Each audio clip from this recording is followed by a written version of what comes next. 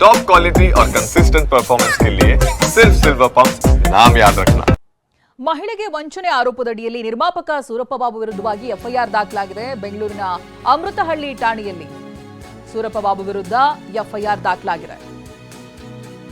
ಮಹಿಳೆಯೊಬ್ಬರು ದೂರನ್ನ ಕೊಟ್ಟಿದ್ದಾರೆ. ಆ ದೂರನ್ನ ಆಧರಿಸಿ ಎಫ್ಐಆರ್ ದಾಖಲಿಸಿದ್ದಾರೆ ಖಾಕಿ. ಏನಾಗಿತ್ತು ಇವೆಲ್ಲವನ್ನ ನೋಡ್ತಾ ಹೋಗೋಣ. ಇದೀಗ ಸೂರಪ್ಪ ಬಾಬು ವಿರುದ್ಧವಾಗಿ ಎಫ್ಐಆರ್ ದಾಖಲಾಗಿದೆ ಅನ್ನೋದು ಗೊತ್ತಾಗ್ತಾ ಇದೆ. ಒಬ್ರು ಮಹಿಳೆ ಹೋಗಿ ದೂರನ್ನ ಕೊಟ್ಟಿದ್ದಾರೆ ಅಂತ, ತನಗೆ ವಂಚನೆ ಮಾಡಿದ್ದಾರೆ ಸೂರಪ್ಪ ಬಾಬು ಅನ್ನೋದಾಗಿ.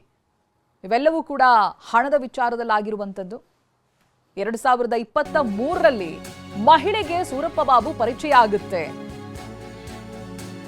ಆಗ ಶಿವರಾಜ್ ಕುಮಾರ್ ಸಿನಿಮಾ ಮಾಡ್ತಾ ಇದ್ದೀನಿ, ಗಣೇಶ್ ಜೊತೆ ಸಿನಿಮಾ ಮಾಡ್ತಾ ಇದ್ದೀನಿ ಅಂತ ಸೂರಪ್ಪ ಬಾಬು ಹೇಳಿರ್ತಾರಂತೆ.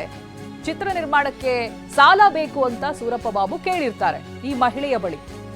ಹಾಗೆ ಈ ಮಹಿಳೆ ಹಂತ ಹಂತವಾಗಿ ಸೂರಪ್ಪ ಬಾಬುಗೆ 92 ಲಕ್ಷ ರೂಪಾಯಿಯನ್ನ ಕೊಟ್ಟಿರ್ತಾರೆ ಕೂಡ. ಆದ್ರೆ ಕೆಲ ಕಾಲ ಸೂರಪ್ಪ ಬಾಬು ಸಂಪರ್ಕಕ್ಕೆ ಸಿಗ್ತಾ ಇರ್ಲಿಲ್ವಂತೆ. ವಿಚಾರಿಸಿದಾಗ ಸೂರಪ್ಪ ಬಾಬು ಫಿಲ್ಮ್ ಮಾಡ್ತಾ ಇಲ್ಲ ಅನ್ನೋದು ಗೊತ್ತಾಗುತ್ತೆ. ಶಿವರಾಜ್ ಕುಮಾರ್ ಜೊತೆ ಸಿನಿಮಾ ಮಾಡ್ತಾ ಇಲ್ಲ ಅನ್ನೋದು ತಿಳಿದಾಗ ಹಣ ವಾಪಸ್ ಕೊಡಿ ಅನ್ನೋದಾಗಿ ಮಹಿಳೆ ಕೇಳ್ತಾರೆ.